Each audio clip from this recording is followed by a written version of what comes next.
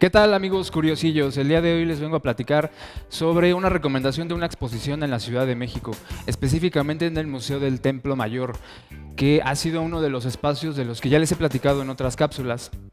Seguramente ya conocen el Templo Mayor, lo ubican perfectamente, está ahí junto al Zócalo, a un costado de la Catedral Metropolitana, que se trata de una de las más grandes ventanas arqueológicas hacia la ciudad de Tenochtitlan que tenemos en el corazón de la Ciudad de México.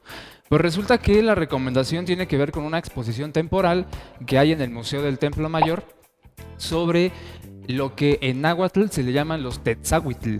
Y ustedes se preguntarán, caray, pues ¿qué son los Tetzahuitl?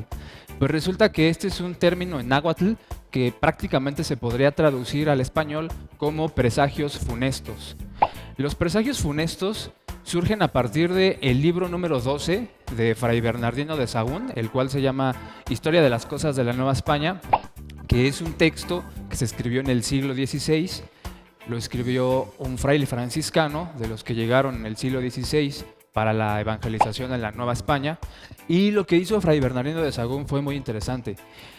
Para todos aquellos que no lo conocen y no conocen su obra, lo que hizo Sahagún fue, a través de testimonios con gente que había tenido contacto directo con la cultura prehispánica, o sea, antes de la llegada de los españoles, y todas aquellas generaciones más viejas que habían vivido el contacto directo, tuvo una serie de charlas y entrevistas en la que, a través de sus testimonios, él escribe justamente eso, los restos de la cultura material prehispánica, y de ahí que sea uno de los textos más importantes para el estudio de las culturas antiguas de México, específicamente del centro de México, en este caso de los mexicas. La tradición mexica, en el libro número 12 de Fray Bernardino de Sahagún, nos habla acerca de los Tetzahuitl, o sea, los presagios funestos. ¿Qué es esto?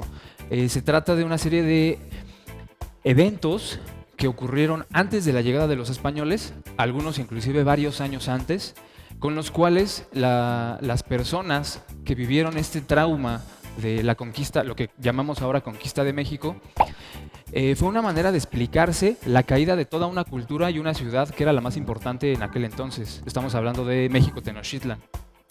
Entonces, algunos hechos, algunas situaciones extrañas fueron vistas por los indígenas en aquel entonces como una especie de presagio que indicaba la caída de esa cultura.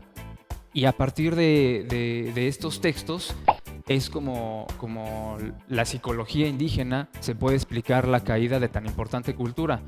El evento fue por demás traumático y muy difícil de superar. Tuvieron que pasar varias generaciones para que se olvidara en la población de aquel entonces.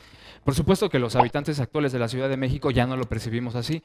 Lo poco que nos llegan a enseñar en la escuela acerca de la conquista de México apenas permea un poco lo que realmente sintieron las personas en aquel entonces, y del cual en la actualidad debemos sentirnos orgullosos, porque la cultura mexicana de hoy en día es producto de la mezcla de estas dos grandes civilizaciones, tanto la prehispánica como la llegada de Europa directamente de España.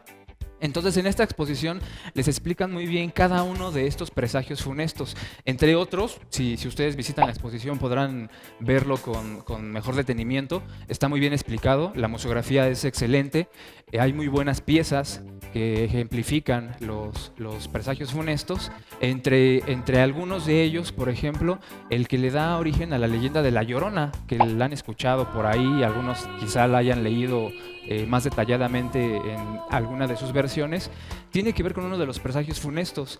Los mexicas hablaban de una mujer que se aparecía en las noches en la ciudad llorando por los hijos, pero no sus hijos, sino una especie de analogía o metáfora de los hijos como los miembros de la civilización mexica.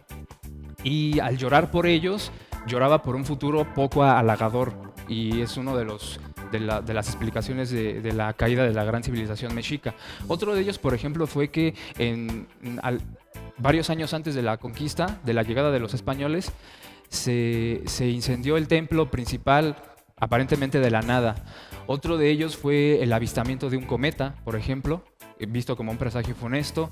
Una gran columna de fuego en la tierra que comunicaba directamente la superficie terrestre con el cielo. Entonces imagínense lo preocupante que debió haber sido poder presenciar algo parecido.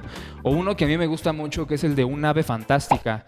un ave mágica que se encuentra en el entorno lacustre de México Tenochtitlan, que en vez de rostro, imagínense un ave de más o menos 1 metro de altura, con en vez de rostro un espejo.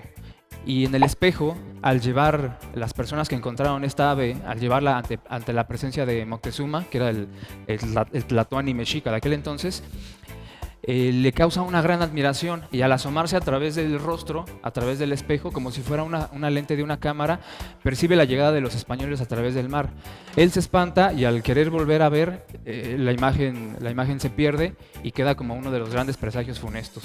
Entre otros más, hay varios más. Si les interesa, también contáctenme en mis redes sociales y yo los puedo acompañar si quieren y hacemos la visita de tan importante zona arqueológica en la Ciudad de México. Enriquezcan su visita al Zócalo y al centro de la Ciudad de México. Así que sin más por el momento, visiten la exposición, nos seguimos comunicando y recuerden que la curiosidad no mató al gato. Nos vemos en la siguiente cápsula del siguiente mes. Hasta luego, amiguitos.